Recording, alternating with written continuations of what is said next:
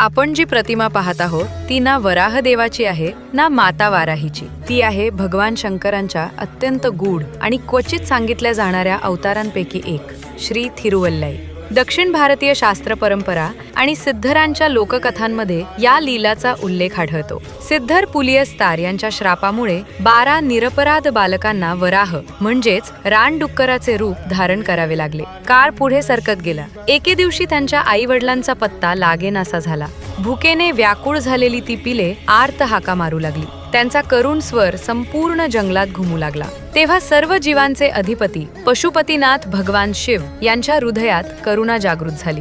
शिवांनी मातृरूप धारण केले आणि स्वतः त्या बालकांना स्तनपान करून त्यांचे पालन केले. जसेच ती तृप्त झाली, त्यांच्यावरचा श्राप दूर झाला आणि ती पुन्हा मानव रूपात प्रकट झाली. मात्र त्या दिव्य लीलाची आठवण म्हणून त्यांच्या रूपात वराहाचे काही अंश कायम राहिले असे मानले जाते. पुढे हीच 12 बालके पांड्य साम्राज्याचे बुद्धिमान मंत्री बनली आणि त्यांनी आपल्या ज्ञान व निष्ठेमुळे राज्यात समृद्धी आणली. ही कथा शिवांना केवळ संहारक म्हणून नव्हे तर सर्व जीवांवर समान प्रेम करणारे पालनकर्ता आणि आई वडील दोन्ही रूपात दर्शवते.